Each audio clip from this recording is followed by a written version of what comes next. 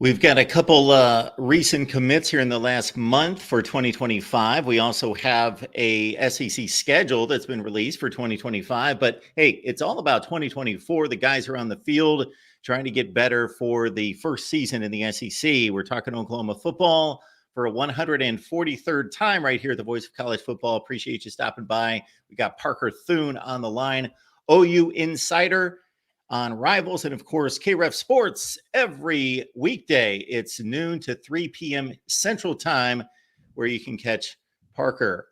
Parker, we appreciate you stopping by as always. Good to see you. Always a pleasure, Mark. All right, it's football once again, and people are always happy to see the guys back on the field, even if it means nothing at this point. It's all about kind of individual improvement, what most coaches say, and then, hey, we reconvene in the summer, and then it's about the team and getting better as a unit. Let's get to some of the spring objectives. Of course, they hit the field for the first time on March 11th. There's a spring game coming up on the 20th of April.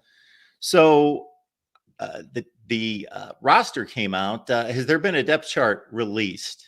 There has not been a depth chart release, and that's not usually something they do in the spring.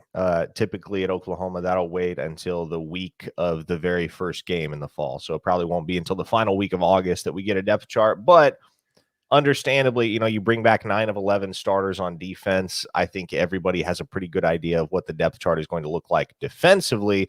On the offensive side, obviously, there's a lot that's up in the air between how crowded that receiver room is, how crowded that backfield is, and also how much uncertainty there is as to which 5 guys make up the permutation that Bill Bedenbaugh is going to roll out on the offensive line. Parker, I saw a list of additions and subtractions in regards to guys' sizes. Those goals have to be met in regards to you need to get bigger, you need to get, you need to get a little bit leaner. And that's a conversation, of course, we've had with you a number of times since Brent Venables has taken over the program. It's about strength and conditioning. Anyone notable there? I mean, there have been a lot of notable gains and losses, or lack of gains and lack of losses, for instance. The ones that spring to mind immediately, obviously, a lot of the young freshmen put on good weight. David Stone, the 5-star from Del City, Oklahoma, up into the 285 range. I believe he played the All-American game in Orlando at about 275, so already 10 pounds of muscle on that guy. Jaden Jackson, the 4-star signee from originally from the state of Indiana, I believe, played at IMG Academy in Bradenton, Florida. He went from 279 to 297. So somebody that's definitely, by the time the season rolls around, going to be cut out to play a 0 tech, but is also going to be able to slide over to a 3 in the Oklahoma defense, and somebody who is very much expected to be, at the very least, a rotational piece right off the bat. The one guy that everybody was kind of, I guess, alarmed is maybe too severe a word, but concerned that he didn't put on weight would be former 5-star edge rusher PJ Adibawara, who's going into his second year as a Sooner. Made a play here, a play there as a true freshman in the rotation last year, but expectations are sky high for him, understandably, going into his sophomore year. When he got to Oklahoma last spring as an early enrollee true freshman, he was 6'4", 238. Brent Venables said in an interview about a month ago they'd like to have him in the 260 neighborhood by the time the season starts off, and he checked in for spring weigh-ins at 6'4", 241. So some work to be done in that department. But really everybody across the board, it's not terribly substantial. Not everybody put on 20 pounds like Jaden Jackson did, but you see a lot of added muscle mass for a lot of these guys in comparison to their listing last year, or their listing as high schoolers, 6 pounds here, 8 pounds there. And that's generally what you can expect at Oklahoma when you jump into Jerry Schmidt's workout program. He's going to pack muscle on you. I'm jealous of the edge rusher because those days are long gone for me, unfortunately, where you can just do anything you want, and it's just not going to be a higher weight on the scale. It's difficult for me to find a team across the country, Parker, not that I've made this an exercise, to find a team that does not have an experienced starting quarterback, but also does not have a quarterback competition per se, or a strong battle there that can be waged. This is Jackson Arnold's team, but there's still got to be that not concern, but that anticipation that he has to get better. He has to show that he's ready for SEC defenses. Oh, absolutely. There's a ton riding on Jackson Arnold's shoulders this fall, because I think the expectation here in Oklahoma is that, well, the defense is going to more than hold their own, right? We talked about it. 9 of 11 starters coming back, including 2 guys that are going to be in the All-American conversation, and linebacker Danny Stutzman and safety Billy Bowman. So expectations for the defense are that they're going to continue to take steps toward what we have come to know Brent Venables' defenses as in the past. And those are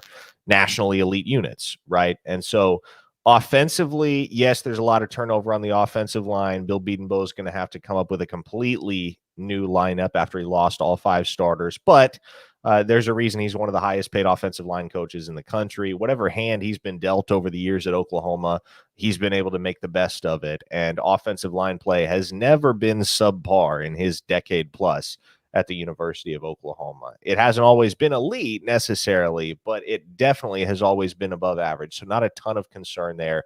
You look at the wide receiver room, it's deep, it's talented. The backfield, same story. And so the age-old predicament that Oklahoma faces is, okay, like what happens if Jackson Arnold doesn't live up to expectations? Because that's really the only thing I think that's going to derail this offense, is if Jackson Arnold isn't all that he's cracked up to be. Now, I will say this.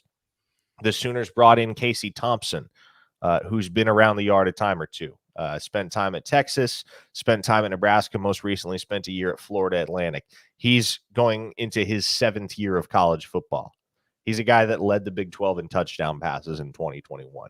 So if, God forbid, this whole thing just burns to the ground with Jackson Arnold as the starter, you do have a guy with plenty of starting experience sitting there on the bench that's going to be able to come in and put out the fire.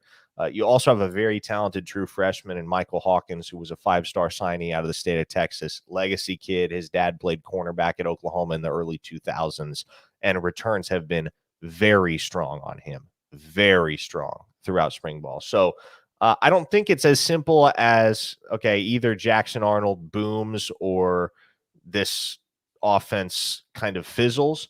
But obviously, everybody understands this is his team. He is the unquestioned starter, and he's going to need to play good ball if the Sooners want to win double-digit games in the SEC. Sure, I guess theoretically you can make do with Thompson or Hawkins, but that's gonna leave fans very unsettled if midseason you're mixing and matching at the quarterback position, trying to figure out a problem that you weren't anticipating would exist. But all told, look, Arnold had some good, he had some bad in that one Alamo Bowl start versus Arizona. Everything I've heard from within during spring ball is that he's really taken a step up in terms of leadership and just overall cognitive precision. And so the worry level is not high, but obviously you're moving into the most competitive league in the country, and you don't really have conspicuous holes anywhere on the roster. There is a lot of pressure on the quarterback to do what needs to be done. And so I don't know that there is a single player on the team that is facing more pressure than Jackson Arnold in 2024, not necessarily because there's uncertainty as to how he's going to perform, but just because he is a first-year starting quarterback for a blue blood program in their first year in the best conference in America, and there are expectations that naturally come attached to that. Well, thank you for the reminder, Parker, because that was a somewhat faulty setup on the quarterback position, because I forgot about Casey Thompson being there. So there's a security blanket there, no question. All right, we got Parker Thune here. Parker, best ways to find you, and of course, lock in on your daily show. Yes, you can find me on Twitter at Parker Thune. Download the KREF app if you're a Sooner fan and you want Sooner talk all day, every day. 12 hours of live programming, all Sooner-centric, 6 a.m. to 6 p.m. every single weekday. Or you can go to kref.com. If you're in the Oklahoma area, you can listen on 1400 AM, 99.3 FM. There are a variety of ways that you can get KREF programming, but the easiest and most unilaterally effective way is just to download the KREF app. I am on air every day from 12 to 3 p.m. Central Time. Awesome. Well, you had said that The most likely way that there's an issue on offense is, of course, if Jackson Arnold falters. But then you mentioned the 5 new offensive linemen, so no real concern there. What's the level of talent and experience individually there? Yeah. So, admittedly, I think there is some concern. It's not. It's not something that you're wringing your hands over. I think if you're an Oklahoma fan, just because you, and I think Josh Pate of 24/7 Sports is one of the best in our industry in terms of analyzing college football as a whole and being able to stay on top of what's going on with numerous teams all at the same time. And he made a really good point last week, and I think it holds up in Oklahoma's case, especially with Bill Bedenbaugh as your offensive line coach. Is just because you don't know the guys' names that are replacing the departed starters doesn't mean they're scrubs. At a place like Oklahoma, they're not going to trot out potato sacks on the offensive line. And that's certainly true in OU's case. They've got some very talented youngsters that have yet to move into full-time starting roles. Jake Taylor is going into his redshirt sophomore year, was a 4-star top 200 overall prospect in the 2022 class. Heath Ozida, similar story. He comes all the way from Snoqualmie, Washington, redshirt freshman, and he's probably the offensive lineman that I've heard the most good buzz about thus far in spring. And they bring in a very strong crop of transfers as well. Fabichi Wewu from North Texas, former walk-on there who just, I mean, he showed up and he crushed it at North Texas, went well above and beyond any of the expectations that anybody had for him as a walk-on from Coppell, Texas at UNT, jumps in the transfer portal this offseason, ends up at Oklahoma, reunites with former North Texas head coach and current offensive coordinator at Oklahoma, Seth Luttrell. And the word on him is he might be the absolute strongest player on the team, the most physically imposing player on the entire offensive line. They brought in Michael Tarquin, who's got starting experience at right guard for Florida and at right tackle this past year for USC. Garen Hatchett broke camp as a starter before encountering an injury, broke camp as a starter on Washington's Joe Moore Award winning offensive line this past year. So that's another valuable addition via the portal. They brought in Troy Everett last spring from Appalachian State, won a very hotly contested recruiting battle with Virginia Tech for his services. And in his case, he was a guy that started a bit here and there, was kind of the jam guy, if you will. He was the 6th man on that offensive line last year. He would get a start here and a start there when they really needed to fill a hole. But somebody that was a freshman All-American at Appalachian State, so he's proven he can do it, and he's more than likely going to at least open camp in the fall as the Sooners starting center. So I guess the overarching point there is the answers are there. Not to mention, you got a couple of very talented true freshmen in Eddie Pierre-Louis, Daniel Akinkumi, who can give you snaps on the interior if you need them to. The answers are there for Oklahoma.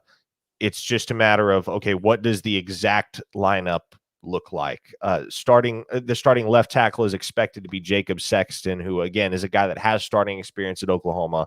Wasn't a full-time starter last year because OU happened to have a first-round draft pick playing left tackle in Tyler Guyton. Or I'm sorry, right tackle. So Sexton is going to move into a full-time starting role. Expectations are very, very high for him as far as the other 4 positions across the board. Yeah, it's anybody's game right now. There's going to be healthy competition, and there's not a clear answer right now as to what that starting 5 looks like, but the answers are no doubt there on the roster. Parker Thune, KREF Sports, Monday through Friday, noon to 3 Central Time. You can catch him on OU Insider on Rivals as well. Is there a handful of players on either side of the ball that you find to be a little bit more intriguing in following their spring progress than others? Well, I guess when you say intriguing, what exactly do you mean? Whether that's a guy with big talent who has yet to break through, who needs to, or just an interesting storyline surrounding any particular guy. Yeah, I think it's got to be the wide receiver room right now. And I think the guy that's been talked about the most, period, not just among wide receivers, but across the entire roster, is Purdue transfer Deion Burks, who kind of flew under the radar, but is absolutely one of the most impactful transfer portal additions for any team in the country in this past portal cycle. He led Purdue in every major receiving category this past year. And that obviously, Mark, was not a prolific Purdue offense. And so the numbers that he was able to put up in that offense as a threat at all three levels speaks to how high his ceiling is in an offense like Oklahoma's, where it's not going to be all on his shoulders. And man, the amount of folks, and you don't even have to solicit this stuff from people, but I'll get on the phone with folks inside the Switzer Center at Oklahoma, folks that are privy to the practice sessions during the week more often than not, and they'll tell me organically, no prompts whatsoever, hey, that dude Deion Burks, he is the real deal. He is the truth. And so everybody is incredibly impressed with what he's brought to the table thus far at Oklahoma and what he has the potential to do operating from Drake Stoops' former post in the slot this coming season. Obviously, Oklahoma brings back Nick Anderson on the outside. They bring back Jalil Farouk. They bring back Andrell Anthony, who led the team in every receiving category over the first half of the season until he succumbed to a season-ending injury in that Texas game. Brennan Thompson is a guy that really came on strong at the end of last season. Speed, and more speed. He's only 5'10", about 160 pounds, but ran a 10.18 100-meter dash as a junior in high school. So that gives you some context for just how fast he is. Absolutely one of the fastest players in the entire country. Jaden Gibson, all 6'5" of him, has really taken a step up from everything I've heard. And then you got Jaquez Petaway, who was a former top 100 recruit in the country in the 2023 cycle, made plays when he was asked to, which wasn't often. Last year, he was operating mainly in mop-up duty, and he would get sporadic snaps here and there in conference play. But the Sooners are at minimum 7-8 deep in the wide receiver room with guys that are capable of being key contributors in a Power 4 offense. And so the question becomes, well, how do you accommodate all of these guys? And I think the harsh reality is you don't, right? There's going to be at least a guy or two that kind of feels disenfranchised at season's end because he didn't get the number of targets, the number of opportunities he was looking for. But from where Oklahoma sits, and with Emmett Jones, the second-year wide receivers coach in charge of that room, those are the type of problems you like to have, right? Those are first world problems. You'll take those. Yeah, Deion Burks had to make the adjustment from an Aiden O'Connell led at the quarterback position offense 2 years prior. Jeff Brom, one of the best offensive minds in the game, to Ryan Walters, first-year head coach, very defensive-minded guy as a DC. New quarterback Hudson Card, one of the Oklahoma, fans' favorites, I'm sure. But that was Deion Burks' adjustment from 2022 to 23. A couple recruits come in here in the last 2 months. One would be a quarterback in Kevin Spurry, 30th rated quarterback in the country. Well, depending on your service, in that range, Oklahoma City. Then you got Ryan. I do not want to. Is that Foje? It is. Yes. Great work, Mark. Okay. We'll take it. Nailed it. 8th rated top 10 offensive tackle. Again, depending on your service, there are 3 or 4 major services out there. Top 100 player in the country out of Cypress, Texas. Your thoughts about where the recruiting stands for OU?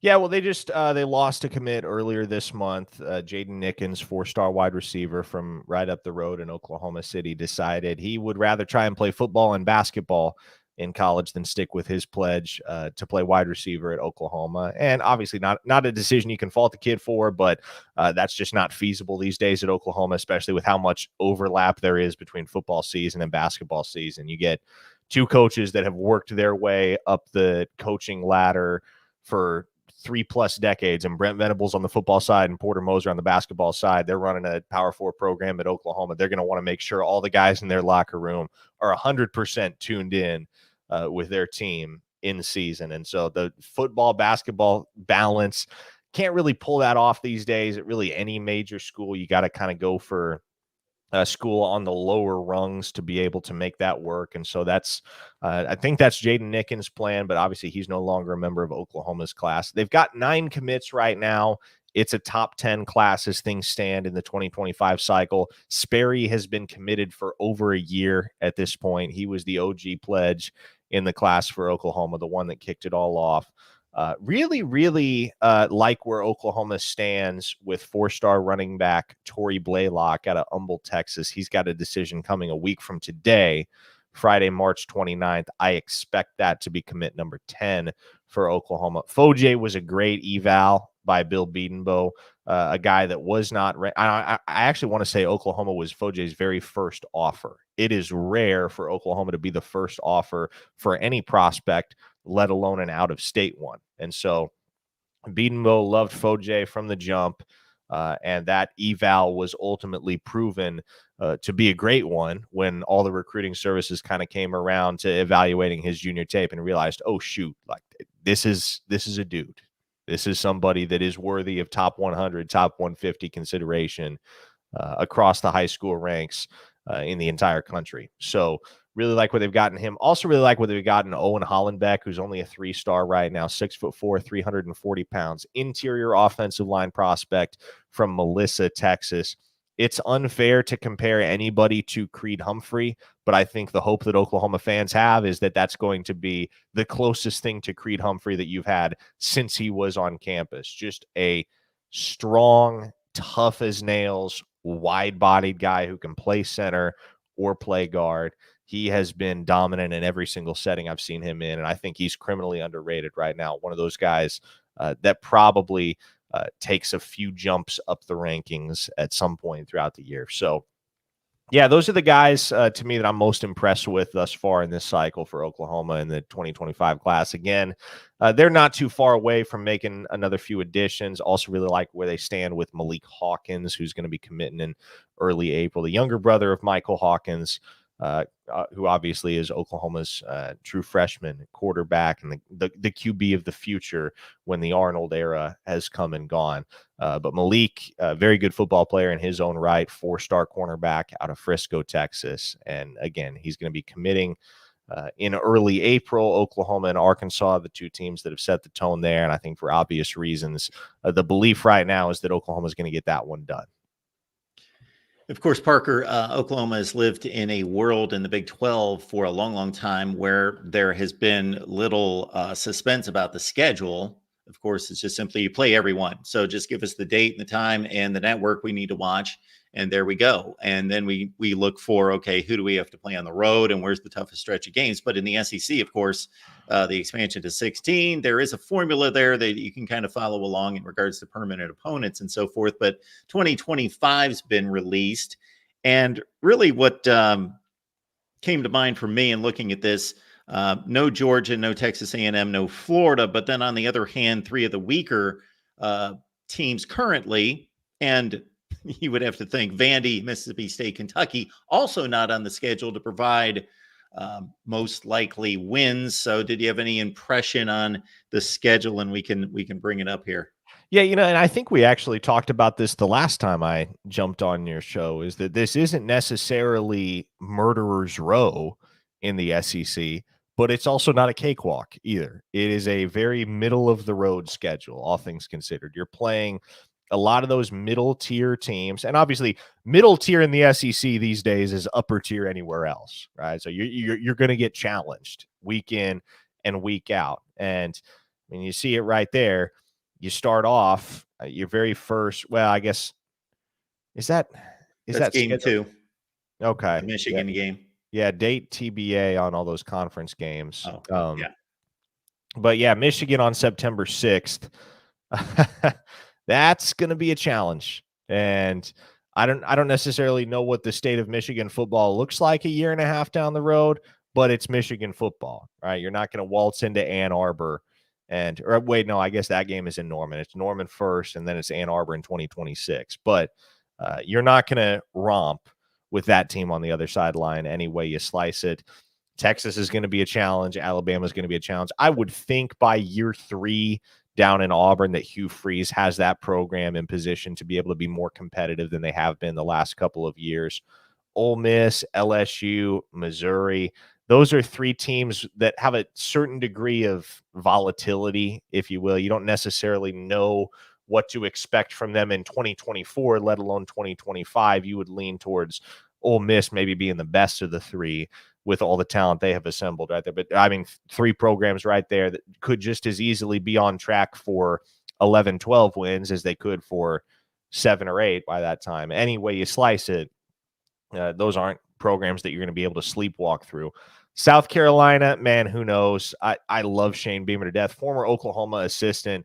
He's just he really seems to have his work cut out for him there at South Carolina. And it's that job and that opportunity, it's come with struggles these last couple years. And then Tennessee, that's quite an interesting subplot to that game, obviously, with Josh Heupel, their head coach, the last man to lead Oklahoma to a national championship as their starting quarterback back in 2000. So I think top to bottom, it's an exciting schedule for Oklahoma. A lot of matchups that will compel fans. And there aren't, like you mentioned, you don't have a Georgia where I think the common mindset from fans walking into that game is, oh, we really got to play a perfect ball game in order to get this win. We're definitely the underdogs. That's not a mentality that Oklahoma fans are used to. And so I think it's probably for the best that they don't get that matchup the first couple of years, just so the fan base can get accustomed to the reality that, hey, you are not the Titan anymore.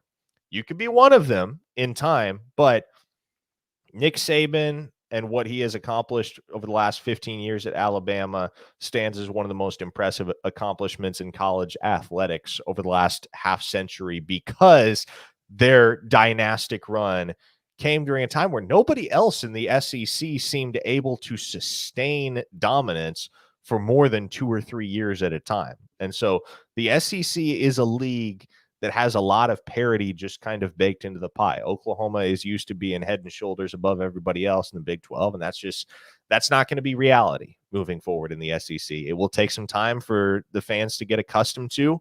And so again, I think it's probably for the best you don't have Georgia on the schedule those first 2 years, but in time, that adjustment will be made.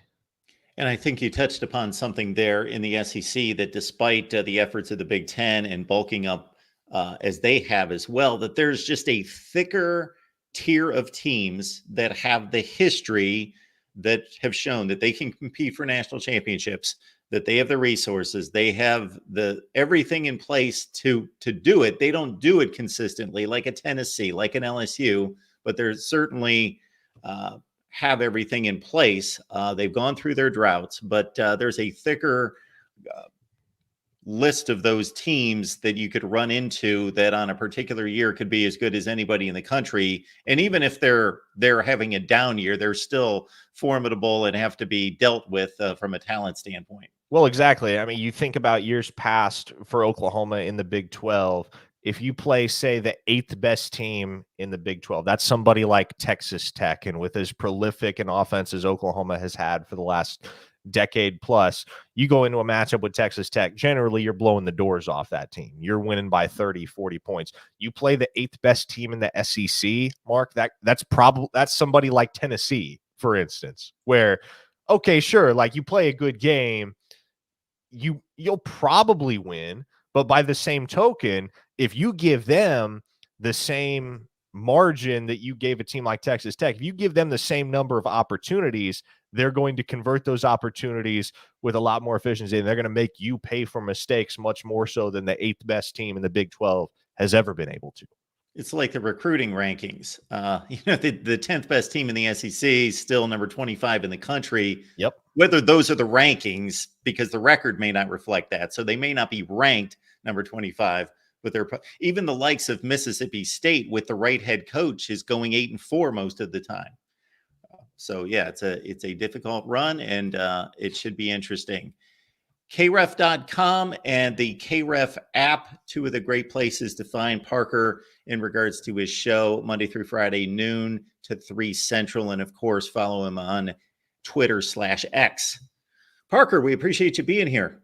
Yes, sir. Sooner fans, hop on over to OUinsider.com. We got you covered on all things OU football and recruiting. Mark, always a pleasure. As I mentioned at the top, always love being on the show. Thank you, Parker. Appreciate it. Have a great day. Yep, you too.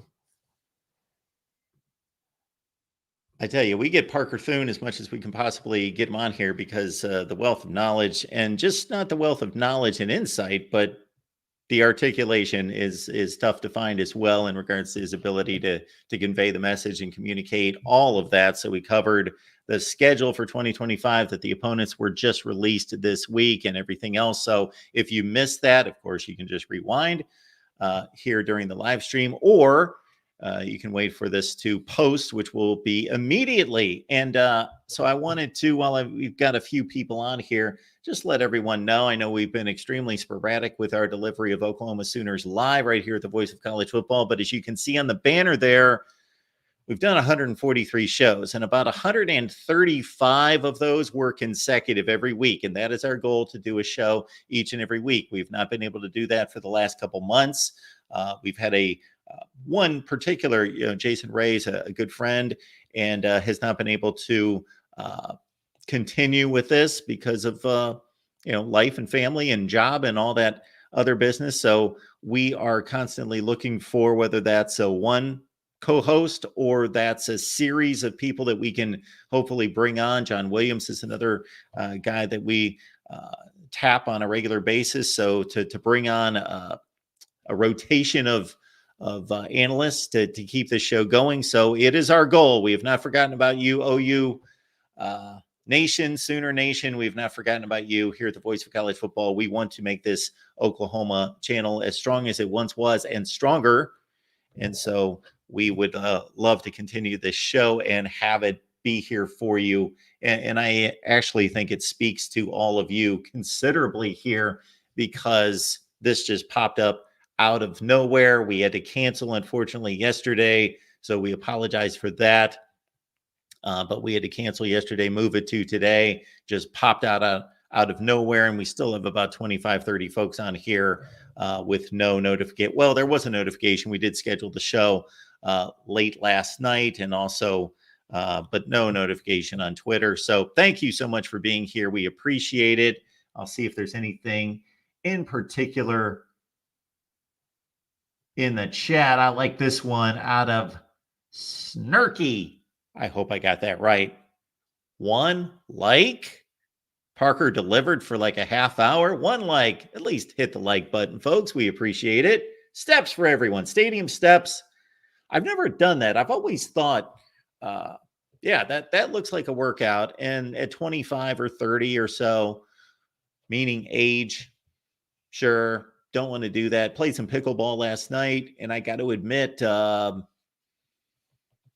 was playing kind of a 2-on-1 deal, just because I'm just starting to learn the game. Just played really for the first time last night. So yeah, I gotta admit, I'm a little stiff. Use some muscles that I typically don't do, shuffling around the court last night. So stadium steps, a little ambitious for me right now. There we go. Jackson, thank you so much for being here. Jackson is phenomenal. It's the Jacksonian on YouTube. You can catch Jackson talking college football and really a bunch of other sports. I think he sprinkles in college basketball, the NFL, and so forth. So the Jacksonian, but we appreciate Jackson being here. Let's get Oklahoma football to 6,000 subs. And more importantly, folks, if there is a commentator out there, an analyst like a Parker Thune, that you would like us to pursue, certainly always looking out for guests that we can bring on, whether they become co-hosts would be phenomenal, but guests that we can bring on to get different angles and perspectives on Oklahoma football. Absolutely. Let's do that. So leave down in the comments section, not in the chat, because we'll, as soon as we end the stream here, we'll be on to other things, but leave it in the comments section, because I will see it if you have any suggestions for who we should bring on. And believe me, if there has been a suggestion made and you don't see that person, that individual appear on any of the shows, it's not because I didn't try to get them here. So there you go. So once again, OU Sooners Live for 143rd time. So we've obviously been committed to this in the past and continue to be, but have had difficulties with co-host position. So if you have any recommendations, anyone that might be able to step up and do that for us, or get a rotation going. So we have not forgotten about Oklahoma football. This is a good time of year. I know spring practice is important, but it's at least a good time of year to get this sorted out and try to acquire some more talent. We are always looking for content creators and show hosts, but we just don't throw people on here. So there is work that has to be done, and there has to be an audition of sorts and example of work shown. So please contact me at MarkRogersTV at Gmail, MarkRogersTV at Gmail. If you know of anyone who may be able to fill that role. And also sponsorships. We are always looking to partner with quality products, services. So partnerships there in the sponsor category. MarkRogersTV at Gmail. Let us know right there. In addition. All right. Appreciate you being here with the Voice of College Football. If you missed any of the show, just rewind it. It will post immediately right here on OU, the Voice of College Football.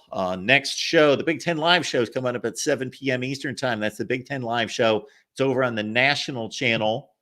You can find that simply by putting in Voice of College Football. If you're not aware, Voice of College Football right here on YouTube. You should be able to find it very quickly. The Big Ten Live show. We take your calls tonight at 7 p.m. Eastern Time. See you then. Thanks for being here.